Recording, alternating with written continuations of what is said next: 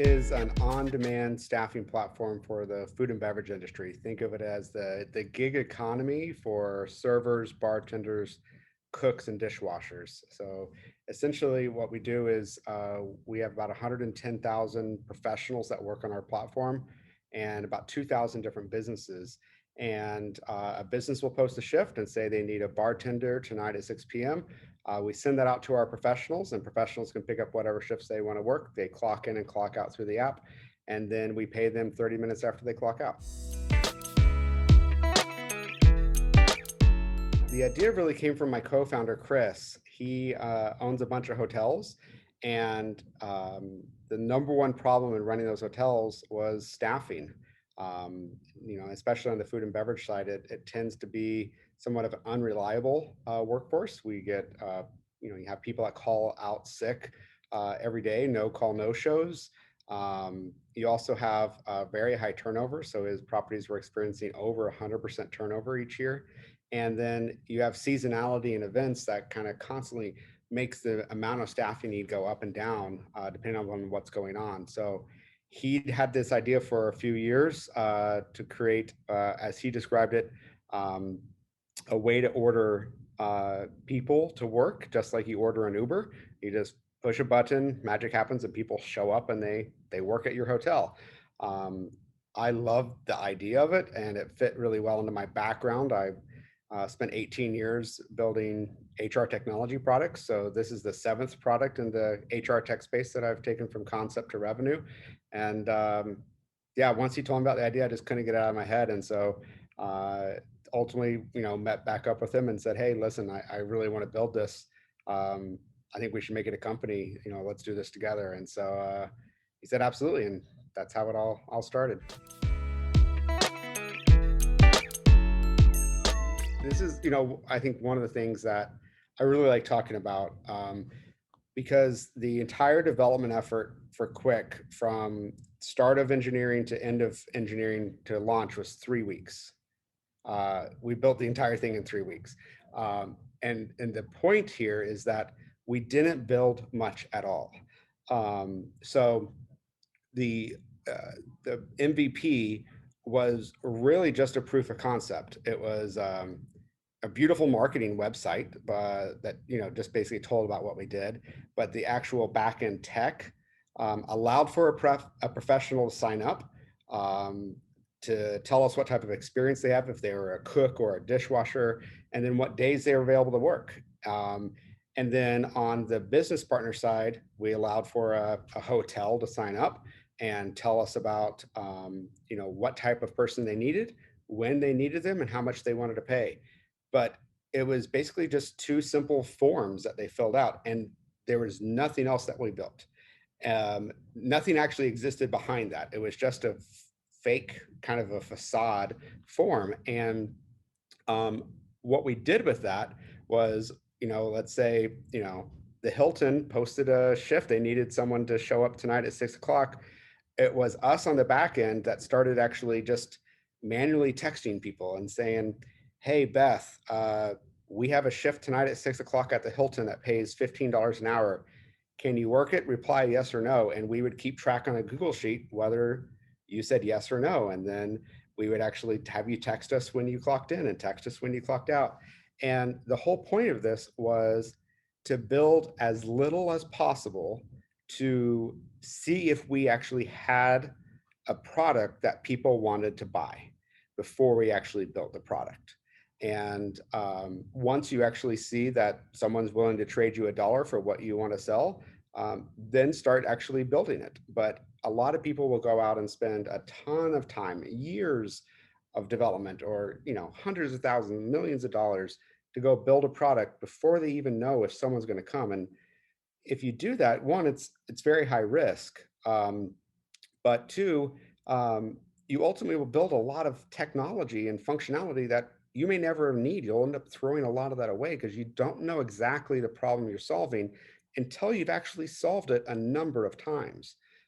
So we wanted to get a lot of experience solving exactly what we needed to solve and knowing all the problems we were going to face and exactly what our professionals needed and exactly what our business partners needed from actual use cases, not just surveys or talking to people. and then we built it out. But we operated exclusively off of a text message only type of approach up until we got to over $1 million in revenue. Building marketplaces is really hard. I have a couple of friends who started marketplaces, and they told me about how hard it is. It's a lot harder than building a SaaS company. A SaaS company, you can build software and then you go sell it to customers. And yes, that's hard as well. But with a marketplace, you have to build the software, but then you have to find both the supply and the demand and have them actually come together to meet and make a transaction work. And you're being paid on a transaction by transaction basis versus necessarily saying, a monthly fee for a SaaS subscription. So you have to build the software and you have to find two different sets of customers at a good equilibrium so that they will constantly match and you don't disengage. You don't have, if you have too many professionals and not enough shifts, then all the professionals get upset and like Qwick sucks because you have no shifts. If you have too many, hotels or restaurants on the platform, but not enough pros, then their shifts go unfilled and they're like, Qwick sucks. Like, you guys don't have any pros. Or if the quality of the people doesn't line up, then they're like, Qwick sucks because, you don't have good pros. So it's not just building great technology, but it's finding the right amount of balance between the supply and the demand and making sure the quality of the supply and the quality of the demand is good and keeping all of that in balance.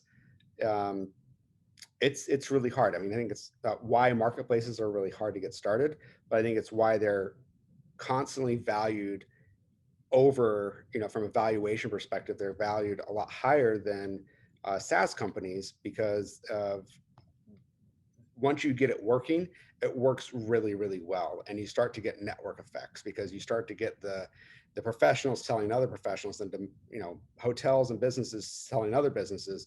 And then, it's great when you can actually have one side feed the other as well. So, once that happens, then you actually have a phenomenal business. And that's why I love this. It's the first marketplace I've built. All my other products have been SaaS tools, but it's really hard to scale. And I think the other second thing that comes to mind is we at Qwick have a very high caliber kind of, we've set the bar really high for who we hire directly that works at Qwick. And I found that as we launch new cities and we, try to keep up with our growth, hiring at that quality level consistently and not, sacrificing that in order just to have people, it's hard. It's really hard to get that amount of people at that quality level to keep up with the pace of growth that we're going through. So this year, we started this year at 19 people. We did a bunch of layoffs through COVID. We're about almost 40 now, and we'll be over 100 by end of year. So we've got a lot of people to hire. It feels weird saying this, but I think COVID has probably been the best thing that's happened to Qwick. I would have told you a year ago that it was the absolute worst thing that's ever happened to Qwick. When COVID hit, we're in the hospitality business, and our business partners had no shifts for us. They all closed down. So our revenue dropped over 80% overnight, and we ended up having to lay off 70% of our team. And we had made the brilliant decision to move our fundraising. We pushed our fundraising effort off from the fall of 2019 to the spring of 2020. And we thought, hey, listen, we've got the runway to get there. Let's go out and make a whole lot more progress, increase our revenue so we can get the best valuation. But that coincided right with COVID. And so, as our revenue dropped 80%, there wasn't a VC out there that wanted to put money into a company that was tanking. And we had pushed off our fundraise and kind of until the last minute. So we were running out of money, and now it was basically impossible to raise money from anybody. We were actually in Silicon Valley, and we're literally days away from getting term sheets. We were at investment committee with 4 different VCs, um, kind of doing the final steps, and everyone said that, listen, we can't write new checks right now. We're not writing new checks into hospitality companies. Um, so we ended up, laying off a lot of our team, but at the same time trying to raise, more money from our current investors. And thankfully, our current investors stepped up and put more money into the company and kept us alive. Um, but all that said, like, it was a horrible time. But through that, we, are operating. We went from 54 people down to 19, and we had to do a lot of work to make the company still run with a fraction of the people, which caused us to really improve our processes, really improve our operations. We also weren't as busy as we had been in the past. And so we had a lot of time to double down and improve our technology and improve our go-to-market strategy, improve our operating model. And coming out of Qwick, it's 2 to 3x the company that we were before COVID started. We improved the company just night and day. And when you're growing at 500% year over year, you can have things that aren't working exactly right. Things that kind of like, well, we'll fix that later.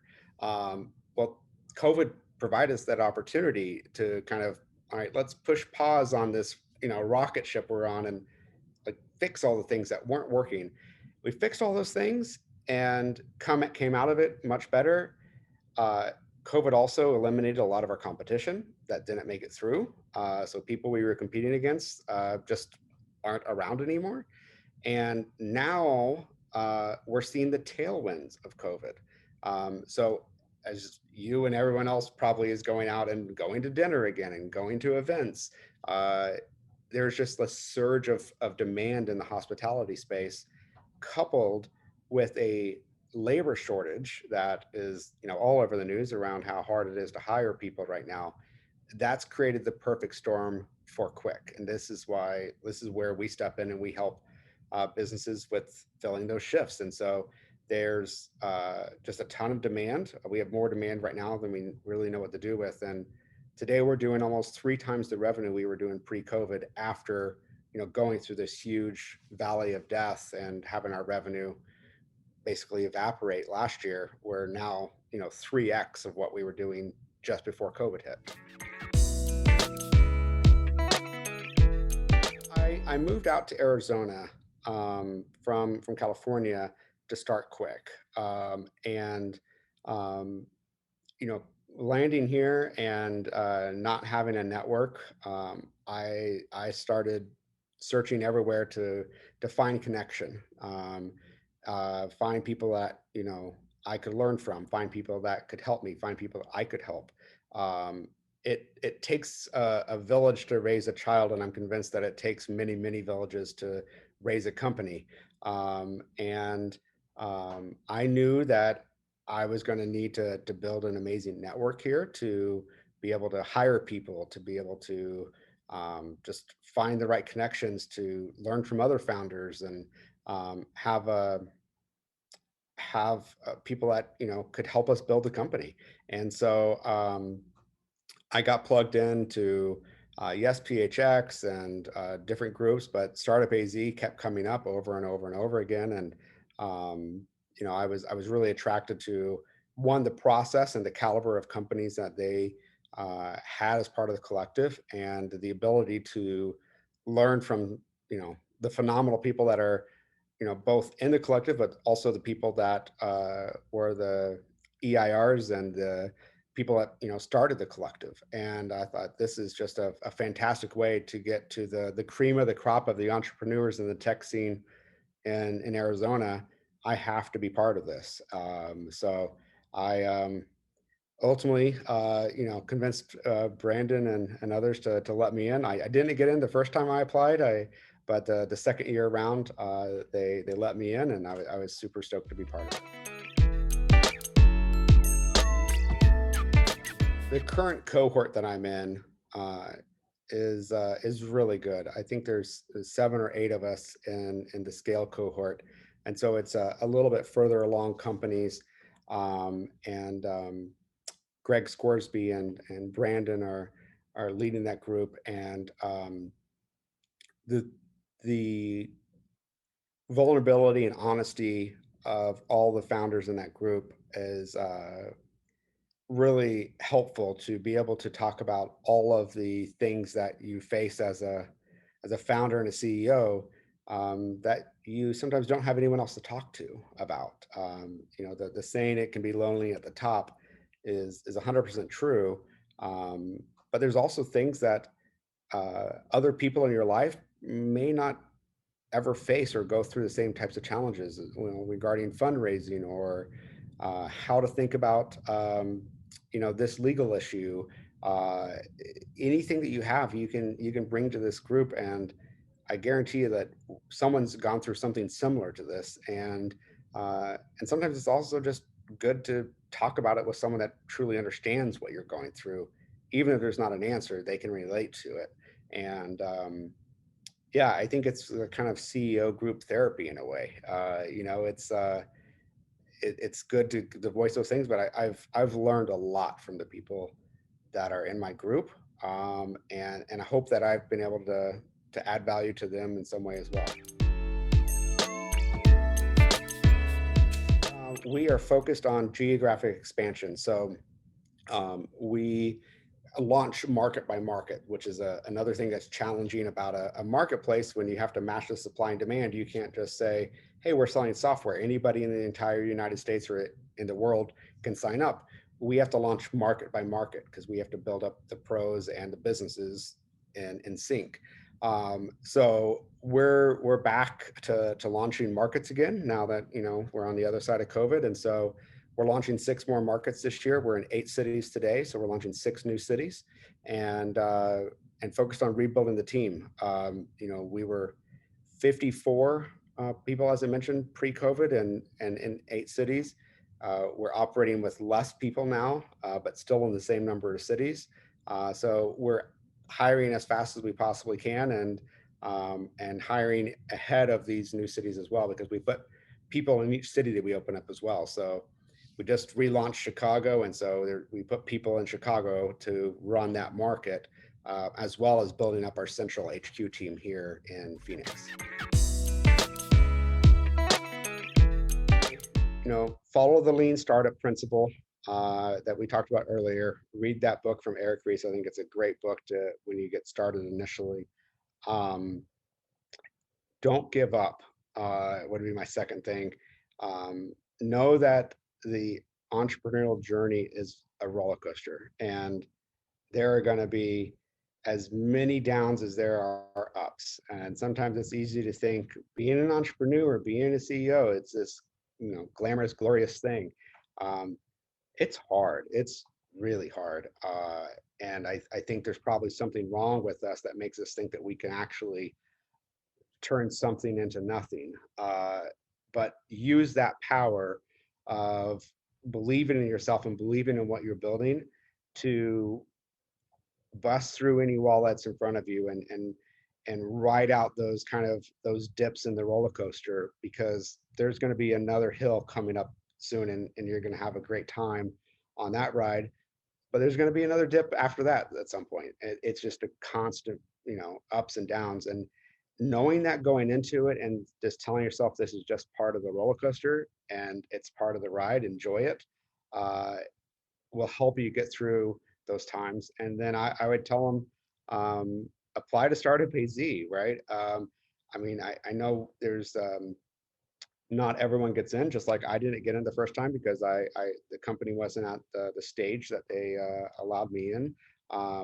But build it up to a point where you can get in Startup AZ, because I think the resources and the people that you can surround yourself with uh, is a game changer. It's a very, overall, I'd say the Phoenix tech ecosystem is very different than what I found in California, where people here are really just willing to help you, and they're not wanting something in exchange. They're not looking for what's in it for me. They're really looking to help you and to help the ecosystem, because they know that if we get the ecosystem to work, then it's better for all of us. And so it really is a benefit to them to help you, but they don't want anything directly back in exchange. And I think you take that concept and you kind of take it to the next level, and that's what Startup AZ is. It's creating that flywheel effect for the tech ecosystem, but you get the cream of the crop of the people that want to build this ecosystem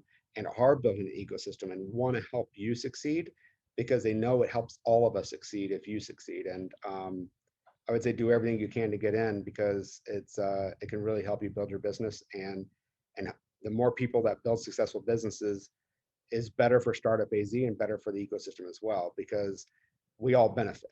So build more businesses and keep going. Don't give up.